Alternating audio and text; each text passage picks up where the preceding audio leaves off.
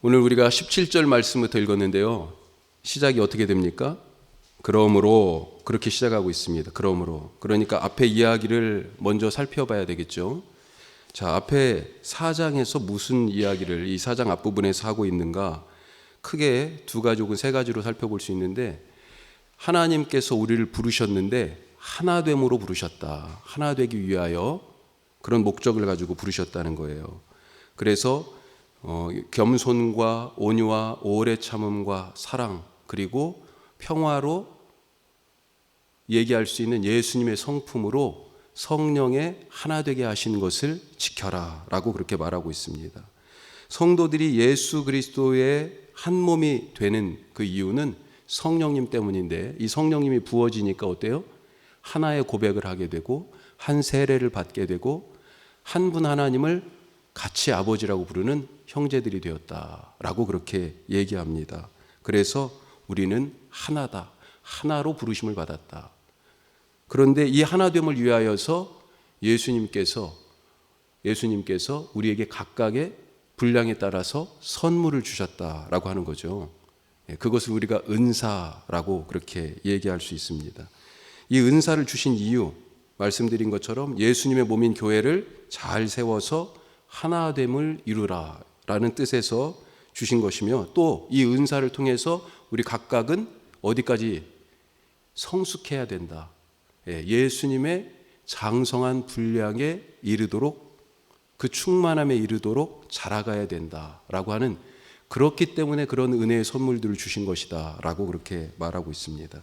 이렇게 성령 받은 성도들이 예수님을 닮아가고 서로 하나를 이루어서 교회 공동체인 예수님의 몸을 세워나가는 삶이야말로 정말로 얼마나 귀중한 것인가, 그것에 대해서 지금 먼저 설명하고 나서 오늘 읽은 이 17절의 말씀이 이제 시작되는 거예요. 그러므로 이 앞의 말씀을 이렇게 말하면서 그러므로를 얘기하고 있습니다. 이런 점에서 이 그러므로는 우리가 예수님의 몸에 연합되어 살아가는 사람이므로 이런 뜻이죠. 우리가 성도요 예수님의 몸인 교회요 그리스도의 장성한 분량에 이르기 위해서 주님 닮기 애쓰는 사람이기 때문에, 그래서 이방인처럼 살지 말라라고 당부하고 있습니다. 자, 17절 말씀 한번 다시 보시죠. 그러므로 너희가 바로 그렇게 하나로 부르심을 받은 예수님의 몸인 교회이므로, 그런 은혜의 선물을 받은 사람이므로, 그래서 내가 이것을 말하며 너희에게 증언하노니, 뭐라고 되어 있습니까? 이제부터 너희는 이방인이 그 마음에 허망한 것으로 행함같이 행하지 말라. 이방인처럼 살지 말라 부탁하고 있습니다. 자, 다시 정리하면 16절까지의 말씀은 어떤 의미에서는 구원받은 성도들이 특별히 교회 공동체 안에서 어떻게 살아가야 하는가라고 하는 부분들을 가르쳐 준다라고 한다면, 특별히 그것에 대한 요약과 정리가 15, 16절에 잘 되어 있어요. 자, 그렇다면 17절부터는 세상 속에서 이 성도들이, 물론 교회 안에도 적용되는 말이에요. 하지만 결국은 세상 가운데 가서 살아야 되는데, 이 성도들이 세상 속에서 이방인들과 구별되어서 어떻게 성도로 살아갈 수 있는가에 대한 그런 가르침이다라고 생각해 볼 수 있습니다. 이방인처럼 하여튼 살지 말라는 거예요. 세상에 그 숱하게 있는 그 사람들의 삶의 방식으로 살지 말라는 것입니다. 왜 그 사람들을 이방인이라고 불러요? 어떤 의미에서 이방인 이렇게 얘기합니까? 우리가 구약에서 이방인이라고 얘기할 때는요, 하나님의 자손이 아닌 사람, 하나님의 택한 백성이 아닌 사람, 다른 말로 얘기하면요, 구원이 없는 사람이죠. 영생의 축복을 모르는 사람입니다. 이걸 신약식으로 얘기하면 바로 하나님께서 예수님을 통하여 구원을 가져오셨고 영생의 축복을 주셨을 뿐만 아니라 예수님을 통해서 우리가 하나님의 자녀가 되는 권세를 받았기 때문에, 이방인은 여기서 어떤 의미예요? 예수님을 모르는 사람이죠. 예수님을 모르기 때문에 구원이 없습니다. 하나님도 몰라요. 그러니까 세상에는 두 가지의 삶의 방식이 있다고 지금 얘기하는 거죠. 하나는 예수님을 모르는 하나님에 대하여 무지한 이방인의 구원 없는 백성으로서의 삶의 방식이 있고, 또 하나는 예수님을 아는 삶이 있어요. 구원이 있는 삶이 있어요. 그것을 우리는 그리스도인의 삶이다라고 그렇게 얘기하죠. 이렇게 예수도 모르고 구원도 없고 영생도 없는 삶을 오늘 이방인의 삶이라고 얘기하면서 또 뭐라고 얘기해요? 옛사람이다, 이렇게 얘기하는 것입니다. 옛사람. 바울은 이 옛사람을 그래서 벗어버려라 당부하고 있죠. 새 사람을 입읍시다. 옷 입는 것에 비유해서 얘기하고 있어요. 구원받아서 하나님의 자녀가 되었으니 이제 그 옷 벗어버리자. 옛날 옷 좀 벗고 새 옷 있는데 새 옷 입자라고 얘기합니다. 자, 같은 사람인데 어떻게 옛사람이 되기도 하고 새 사람이 되기도 합니까? 무엇 때문에 그렇게 된 거예요? 그렇죠.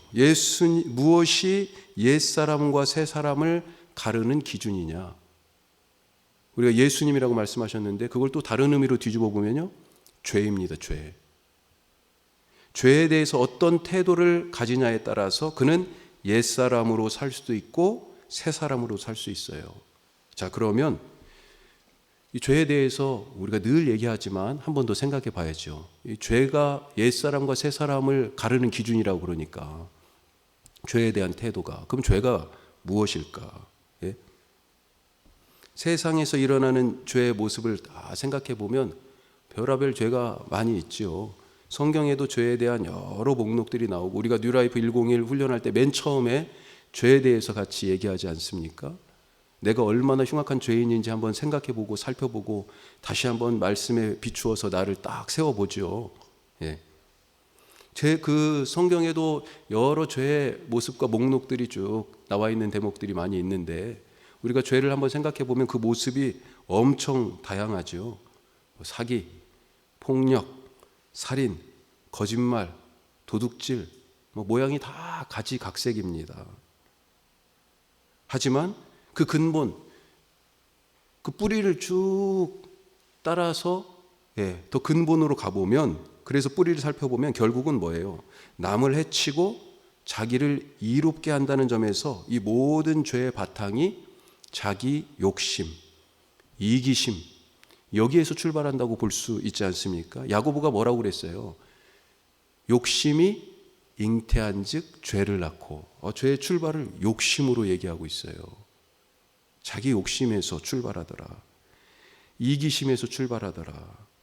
성경은 이것을 뭐라고 또 얘기하냐면 로마서 1장에서요, 마음에 하나님 두기를 싫어하며, 이렇게 얘기하고 있습니다. 하나님이 그 삶에 없는 것, 마음에 하나님 두기를 싫어하기 때문에 이와 같은 죄들이 있습니다라고 얘기하고 있어요. 우리 뉴라이프 101에서 살펴봤지만 한번 다시 찾아보죠. 로마서 1장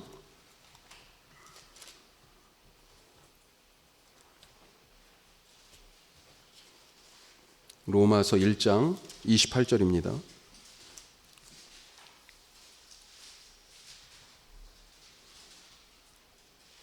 자, 로마서 1장 28절, 같이 읽습니다.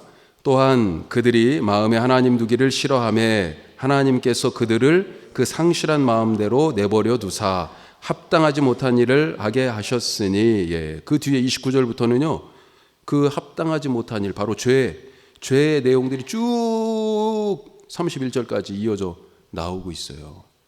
그런데 이 29절부터 나오는 이 모든 죄에 대한 이야기의 출발이 어디라고요? 28절. 마음에 하나님 두기를 싫어하는, 여기에서부터 지금 출발된 거예요.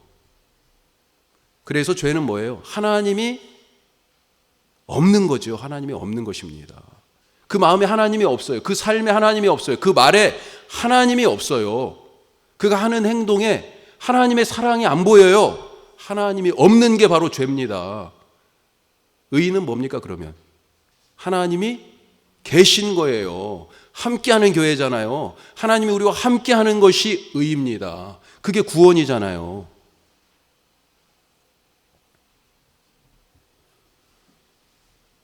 미워하는 말을 하는 것은 그 사람 안에 사랑이신 하나님이 없기 때문이죠.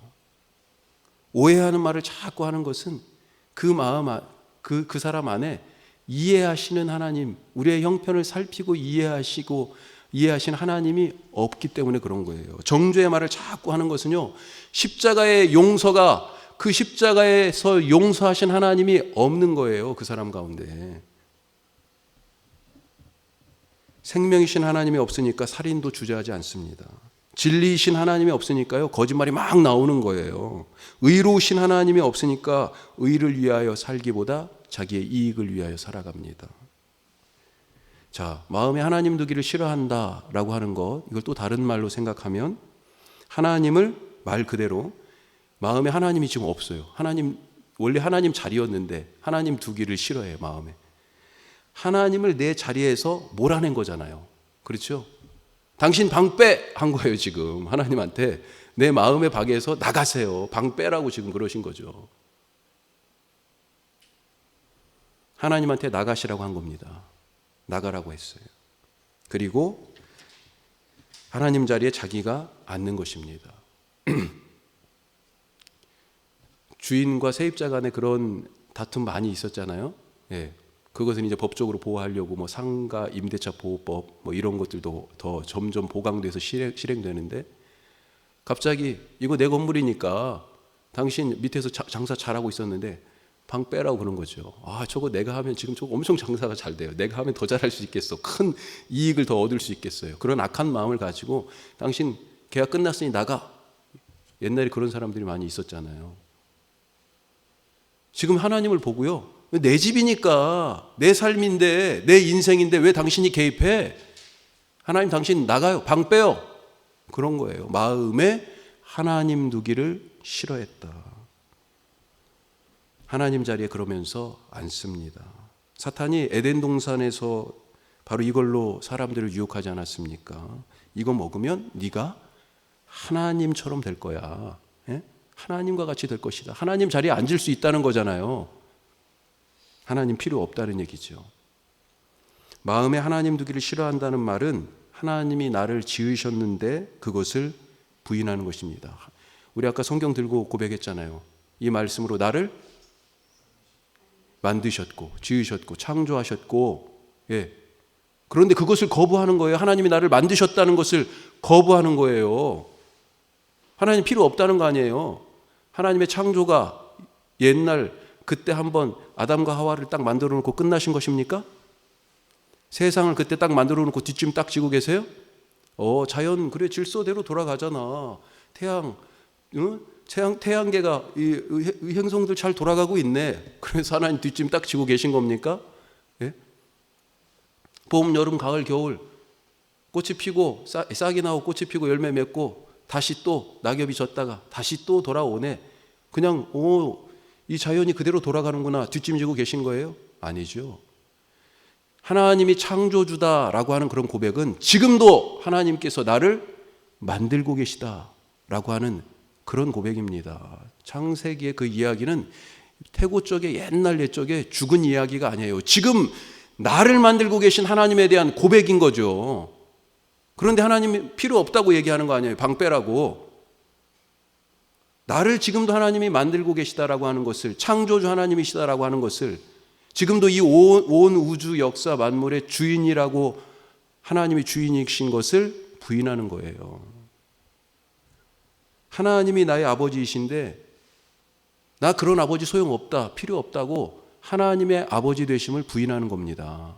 탕자가 그랬잖아요. 나 아버지 필요 없어요. 이제 뭐만 있으면 돼요? 아버지 돈만 있으면 돼요. 우리 그거 저한테 어차피 주시려고 했으니까 주시고 깨끗하게 끝냅시다.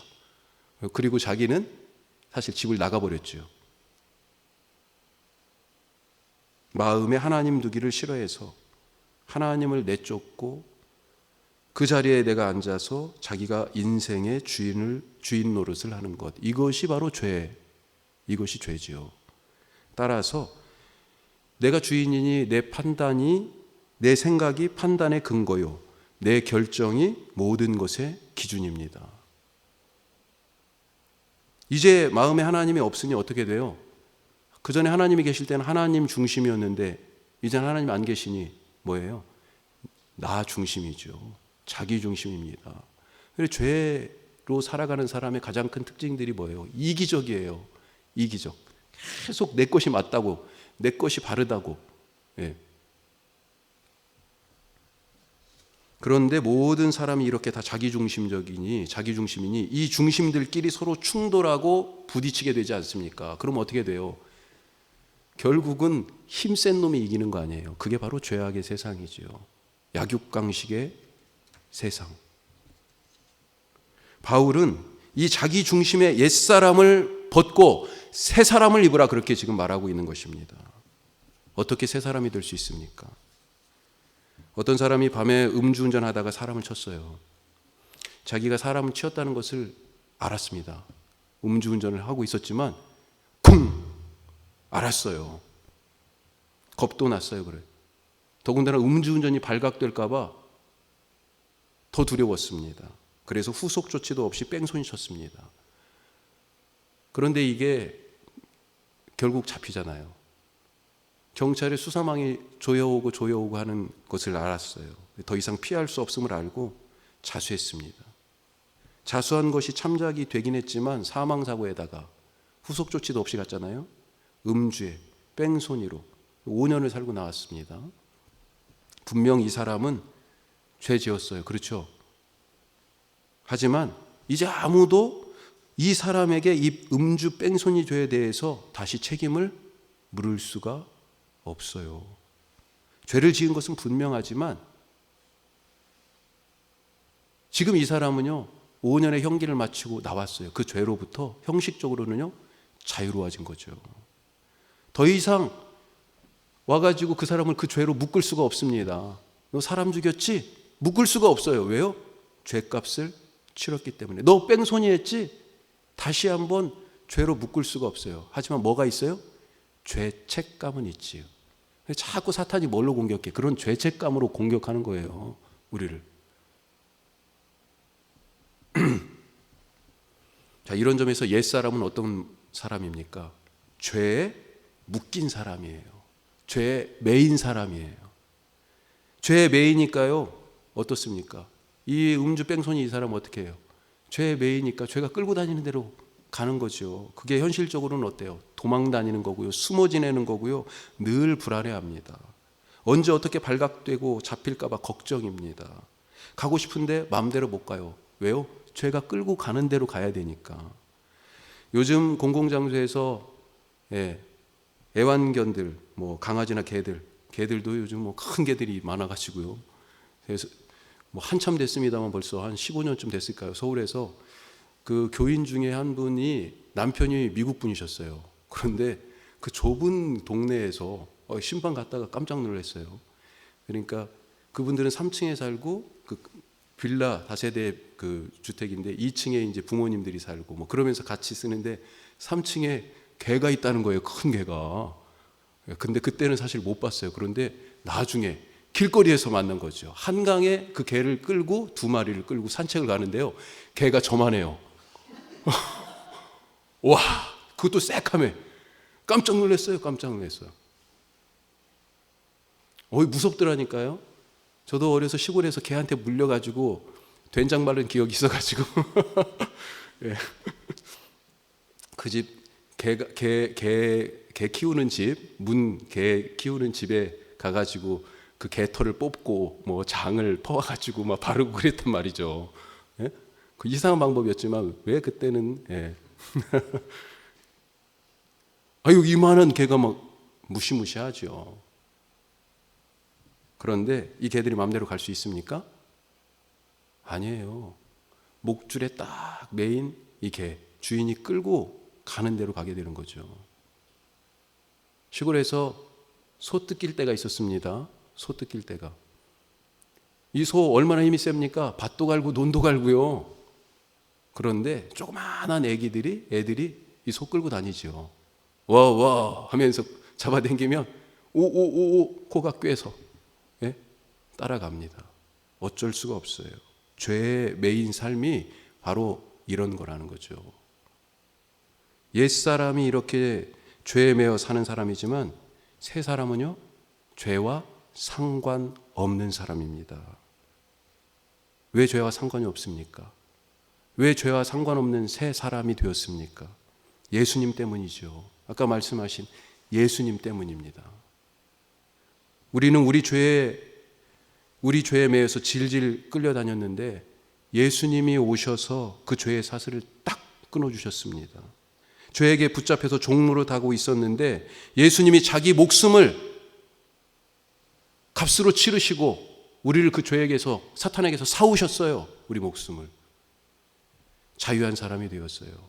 대신 죄값을 치르셨기 때문에 우리가 다시 그 죄에 묶일 수가 없습니다. 그 죄가 우리에게 효력을 발휘할 수가 없어요. 음주 뺑소니 그 사람에게 경찰관이 다시 가서 체포할 수가 없어요. 왜요? 죄값을 다 치렀기 때문에. 우리의 죄값을 예수님이 십자가에서 다 당신의 목숨으로 치르셨기 때문에 다시 사탄이 와서 너 그 죄 졌지? 다시 우리를 얽어맬 수가 없습니다. 우리는 죄 사함 받은 그리스도 안에서 새롭게 된 새 사람입니다. 22절에서는 이 죄에 매인 옛사람, 이방인과 같은 그런 삶의 핵심을 뭐라고 얘기해요? 22절. 자, 22절 같이 한번 읽어보죠. 너희는 유혹의 욕심을 따라 썩어져가는 구습을 따르는 옛사람을 벗어버리고. 옛사람이 뭐라고 지금 얘기합니까? 유혹의 욕심을 따라 썩어져가는 구습을 따르는 옛사람. 어떻습니까? 오늘 돌아가셔서 잘 한번 생각해 보세요. 나에게 혹시 남아있는 옛사람의 모습은 없는지. 예? 아직도 죄로 옷 입은 부분들이 혹시 없는지. 이게 옷이 제가 그래 가만히 생각해 보니까 옷을 이거 통으로 원피스로 생각하면 안 되겠구나. 그런 생각이 들었어요. 웃옷은 갈아입었어. 예, 그리고 멀리서 보면 예수 믿는 사람 같아요. 예수 그리스도로 옷 입은 것 같아. 그런데 딱 보니까 아직 바지하고 양말하고 신발은 옛날 옷이네요. 구습을 아직도 따라가요. 십자가의 길을 가겠다라고 마음속으로는 다짐하는데 아직 신발은 옛날 신발이에요. 그러니 예전에 가던 그 습관대로 지금 또 걸어가고 있는 것입니다. 그 유혹을 따라가고 있어요. 나도 모르게. 이 유혹의 욕심을 따라 썩어져가는 구습을 따르는 이 옛사람의 모습을 17절에서 19절까지 조금 더 구체적으로 표현하고 있어요. 자, 17절에서 19절 한번 보죠. 아까 우리 17절부터 읽었죠. 17절 뒤쪽에 보면 너희는 중간 이후에 이제부터 너희는 이방인이 그 마음에 허망한 것으로 행함같이. 마음에 허망한 것, 이것을 사실은 허망한 생각 이렇게 번역할 수 있습니다. 예, 허망한 생각이에요. 또 18절에요. 총명이 어두워지고. 하나님에 대한 무지를 얘기해요. 옛사람은 하나님 모릅니다. 하나님 사랑도 모르고요. 은혜와 용서도 몰라요. 예, 하나님에 대한 무지. 그 다음에 18절 중간 이후에 뭐라고 돼 있어요? 마음이 굳어졌다. 그렇게 돼 있습니다. 완고한 거예요. 성경에서 죄인의 모습을 자꾸 얘기할 때 마음이 돌 같다. 예, 너희 굳은 마음을 부드럽게 할 것이며, 이런 표현들이 있잖아요. 에스겔서에도 나오지만 마음이 딱딱해져 가지고요. 예수님은 천국을 비유할 때 돌짝밭이나 길가, 이런 것들을 얘기하셨잖아요. 마음이 딱딱해져서 거기에 뿌리를 내릴 수 없고 싹이 날 수도 없어요. 완고하다는 거죠. 완고해. 고집이 얼마나 센지 알 수가 없습니다. 하나님을 떠난 죄에 매여 옛사람으로 살아가는 삶의 모습이에요. 또 19절에 보면 뭐라고 돼 있습니까? 감각이 없습니다. 그래서 방향 감각이 없어요. 방탕하고 방임하여 더러운 것에 욕심내며 살아가는 삶이다. 자, 구체적으로 더 설명은 안 드리겠습니다만 이게 바로 옛사람의 모습, 썩어져가는 구습을 쫓는 유혹에 흔들리는 그런 옛사람의 모습이다. 자, 그런데 바울이 뭐라고 그래요? 언제 우리가 예수 믿는 사람으로서 그런 삶을 살라고 가르치더냐, 그렇게 얘기합니다. 20절 보세요. 옛사람은 그렇게 살지만 20절 오직 너희는 그리스도를 그같이 배우지 아니하였다. 우리가 그렇게 가르치지 않았다고 얘기합니다. 그러면서 뭐라고 얘기해요? 23절, 24절 얘기하는 것입니다. 그러면서 옛사람을 버리고 새 사람을 입는데 그 구체적인 내용의 모습이 23절, 24절에 있어요. 자, 이것도 한번 다시 읽겠습니다. 23절, 24절. 오직 너희의 심령이 새롭게 되어 하나님을 따라 의와 진리의 거룩함으로 지으심을 받은 새 사람을 입으라. 아멘. 어느덧 가을이 왔어요. 치악산 지금 꼭대기 색깔 변하고 있습니까? 확인 안 해보셨죠? 땅만 보고 다니지 말고 저기 멀리 치악산도 한 번씩 보세요. 가로수도 보면 어떤 거 지금 이파리가 바뀌었어요. 가을이 왔으면 어떻게 해야 돼요? 나무가 이파리가 안 바뀌고 있으면 이상한 거죠. 색깔이 바뀌어야 되는 것입니다. 저러다가 결국은 이파리를 떨어뜨려야 되는 거예요. 겨울이 됐는데도 이파리를 매달고 있으면 안 되는 겁니다. 가을이 왔는데 여름 옷을 아직도 입고 다녀요? 감기 걸려요. 제가 감기 걸릴 뻔했습니다. 지금 이번 주에. 예. 철에 맞는 옷을 입어야죠. 지난 계절의 옷은 벗어야 됩니다. 장가 갔는데 장가 간 사람이 혼자 독신으로 살 때의 삶의 방식을 고수할 수 있습니까? 아니죠. 같이 부부로 못 살지요. 이제는 함께 사는 새로운 방식으로 살아가야 됩니다. 결혼한 부부에게 아이가 태어나죠. 그런데 자기 남편 아내 둘이 살 때 같은 방식으로 계속 살 수 있어요? 아니죠. 새 사람을 입어야 됩니다. 새로운 삶의 방식이 있어야 돼요. 구원받은 사람에게는 구원받은 사람의 삶의 방식이 있어야 되는 것입니다. 믿으면서 삶의 방식이 변화하지 않으면 교회만 나오지 예수 안 믿는 것입니다. 또한 믿으면서도요, 성장해야 돼요. 성장. 예전에 같이 신앙생활하던 권사님 있었어요. 그때 신앙생활하면서 이 권사님 사실 조금 힘들었어요. 왜 그러냐면 엄청나게 기도 제목을 많이 내놓으시는 거예요. 그런데 그것 때문에 그런 게 아니고 그 기도 제목, 우선은 기도 제목의 내용이 다 삶의 얘기예요. 예. 예. 뭐가 되게 해주세요. 뭐가 되게 해주세요. 뭐가 되게 해주세요. 예? 방 나가게 해주세요. 뭐 그런 것들 있잖아요. 예? 아주 사소한 것들까지. 그런데 그러시면서 뭔가를 자꾸 가져오셔 또. 그러니 참 이게 엄청 이게 이상한 거예요. 그냥 기도를 부탁하시면 오히려 더 좋을 텐데 미국에서 제가 들어왔는데 그 5년 만에 갑자기 연락이 하여튼 돼가지고 왔다는 소식을 듣고 전화를 하셔서 똑같은 기도 제목을 또 내놓으시는 거예요. 그러면서 뭐도 또 보내오시고 막 소포로 보내오시고 택배로. 하지 마시라고 그랬습니다. 제가 좀 죄송한 말씀이지만 권사님 참 감사해요. 그런데 제가 그 교회 목사도 아니고 그 교회 목사님께 기도 제목 말씀하시고 이거 보내지 않으시면 좋겠다. 기도 제목은 계속 주시라고. 근데 권사님은 그게 당신의 방식이신 거지. 죄송한 말씀이지만 우리 권사님 아기 신앙입니다. 그거. 예? 애기 같은 신앙이시죠. 나 자신의 필요를 채우고 문제를 해결받기 위하여 계속 내놓는 이 기도 제목. 애기 처음 믿은 초신자들은 그렇게 할 수 있죠. 병 때문에 나왔어요. 자식들이 속썩여서 나왔어요. 남편 술 좀 끊고 같이 좀 평안하게 잘 살았으면 좋겠어요. 그런 마음 때문에 나왔어요. 하여튼 자기의 어떤 삶의 문제와 필요를 가지고 나왔는데 그게 처음 믿은 신자들의 모습이죠. 그거 놓고 많이 기도하죠. 하지만 성숙한 신자는 어때요? 예수님께 조금 더 잘한 그런 신자는 어떻습니까? 나 자신을 위하여 기도하는 게 아니고요. 애기 신앙일 때는 뭐예요? 나 자신을 위하여 기도하는 게 많은데 점점 잘하면 어떻게 돼요? 남을 위하여 기도하게 되어 있습니다. 남을 위하여. 이것도 어떤 의미에서는 옷을 그의 신앙적인 단계에 맞춰서 갈아입는 거죠. 예?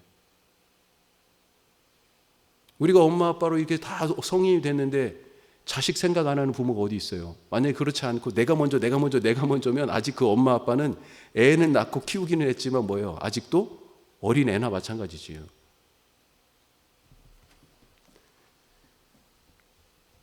자, 세 사람의 삶의 모습이 어떠해야 하는가에 대하여서 지금 말씀을 나누고 있는데 더 구체적으로 그것이 25절부터 나와 있습니다. 자, 세 사람의 삶의 규범에 대한 말씀. 옛 사람으로 살던 근본 문제인 죄를 해결하여서 이제 새 사람이 되었으니까 그런즉 새 사람의 은혜에 걸맞게 살자 하면서 몇 가지 예를 얘기하죠. 몇 가지가 있습니까? 거짓말, 분노, 도둑질, 더러운 말, 용서 이런 것들에 대한 얘기들을 하고 계세요. 각각의 이 교훈의 말씀들은 멋을 하지 말라라고 이렇게 먼저 권면한 후에 왜 그렇게 하지 말아야 되는지에 대한 이유를 설명합니다. 자, 하나씩 한번 짧지만 간략하게 한번 살펴보면 25절에 보면 뭐라고 돼 있어요? 거짓을 버리고 이웃에게 참된 것을 말하라. 그렇게 얘기합니다. 왜요? 그렇죠. 우리가 예수님 안에서 한 지체, 한 몸, 예수님 안에서 하나이기 때문에 이건 뭐예요? 바로 다른 성도에게 거짓말하는 것이 예수님께 하는 것이고 그리고 그 안에서 예수님 안에서 우리가 서로 하나이기 때문에 결국은 거짓말을 다른 사람한테 했는데 누구한테 하는 거예요? 자기 자신에게 하는 것 아니겠습니까? 이것은 신뢰를 깨트려서 공동체를 파괴하는 것입니다. 더군다나 이 거짓말은 우리가 너무 쉽게 생각하는데 10계명에 9번째 계명에 있어요. 10계명의 첫 번째 계명은 중요하고 9번째 계명은 중요하지 않습니까? 살인하지 말라는 6번째 계명은 중요하고 9번째 계명은 안 중요해요? 뭐가 더 중요한 것입니까? 똑같은 무게와 가치가 있는 거죠, 사실은. 이 거짓말 하지 말라라고 하는 것이 사실은 우상 숭배와 버금가는 그런 계명이라는 것이에요. 거짓말 그거 한번 잠깐 너무 쉽게 생각해요. 살인은 직접적인 뭐가 나타나는 것 같잖아요. 그렇죠? 그런데 거짓말 아무도 피해가 안 간 것 같이 생각이 돼. 하지만 이 작은 거짓말 하나가 공동체 전체를 깨뜨려 버릴 수 있다라고 하는 것. 자, 26절 화에 대해서 얘기하죠. 26절, 27절 같이 묶어서 생각해 볼 수 있는데 분을 내어도 죄를 짓지 말며 해가 지도록 분을 품지 말고 마귀에게 틈을 주지 마라. 그렇게 말합니다. 해가 지도록 분을 품지 말라고 하셨는데 이것은 저녁까지는 화를 내도 된다 이런 얘기가 아닙니다. 이렇게 들으시면 안 돼요. 화를 내도 좋다라고 하는 허락이 아니고 분노에 집착해서 오래 이 화에 매여 살아가지 말아라 라고 하는 말씀이죠. 왜냐하면 마귀가 틈타기 때문에 마귀가 틈 못하게 이렇게 얘기하죠. 예수님은 이것을 뭐라고 말씀하셨어요? 시험에 들지 않도록 그렇게 말씀하셨습니다. 마귀가 틈타는 게 시험 드는 거잖아요. 마음속에 주체되지 않는 통제할 수 없는 감정, 분노 그것을 탁 타고 마귀가 틈타서 들어온다는 거죠. 시험 들게 돼 있습니다. 자, 26절, 27절이 그렇고요. 28절은요. 도둑질에 대한 얘기입니다. 29절에서는요. 더러운 말에 대한 말씀이고. 자, 그러면서 다 이거 건너뛰고요. 30절. 그러면서 뭐라고 얘기해요? 하나님의 성령을 근심하게 하지 말라. 자, 그러면서 이유를 얘기합니다. 자, 우리 30절 같이 한번 다시 읽어보죠. 하나님의 성령을 근심하게 하지 말라. 그 안에서 너희가 구원의 날까지 인치심을 받았느니라. 아멘. 성령이 근심하신답니다. 우리가 이것을 두고 뭐라고 얘기합니까? 하나님을 인격적이시다. 그렇게 얘기하죠. 하나님 질투도 하시고 미워도 하시고 사랑도 하시고 용서도 하시고 참기도 하시고 어떤 때는 뜻을 세웠다가 신인데 뜻을 바꾸기도 하셔요. 그렇죠? 소돔과 고모라 막 심판하시겠다 그래놓고 아브라함 막 얘기하니까 마음 약해지셔가지고 그래 양보도 하셨잖아요. 그렇죠? 그런 점에서 우리 사람과 같은 그런 감정과 생각들이 하나님에게도 있구나. 사실은 거꾸로죠. 하나님의 형상으로 우리가 만들어졌기 때문에 우리의 모습을 통해서 하나님을 어떤 분이시다 사실은 이렇게 생각해 볼 수 있는 건데 하여튼 하나님께서 뭐라고 그래요? 근심하신다. 성령님이 근심하신다고요. 왜 성령님이 근심하실까요? 언제 부모가 자식 보면서 근심합니까? 부모의 뜻과 어긋나게 살아가고 있을 때, 구원의 인치심을 받고 하나님의 자녀가 되었는데 아직도 죄에 매여서 살아가는 것을 보면서 지금 성령님이 근심하는 거죠. 아직도 옷 안 갈아입고 아직도 옛날 옷을 입고 철진한 옛날 옷을 입고 살아가고 있는 모습을 보면서, 이제는 예수 믿은 지가 10년, 20년, 30년이 됐는데 아직도 처음 예수 믿었을 때 그 어린 아기의 신앙을 가지고 자라지 않고 있는 모습을 보면서 걱정이 되시는 거예요. 예? 성령님으로 근심하게 하지 마시기 바랍니다. 새 사람을 입고 그만큼 주님 안에서 성장한 사람이 되어서 주님께서 우리에게 주신 은혜로 죄에 매이지 않고 죄의 권능을 이기고 하나님의 말씀으로 지으심을 받은 그 새 사람의 은혜 가운데 살아가는 우리 모두 되시기를 주님의 이름으로 축복합니다. 기도드리겠습니다.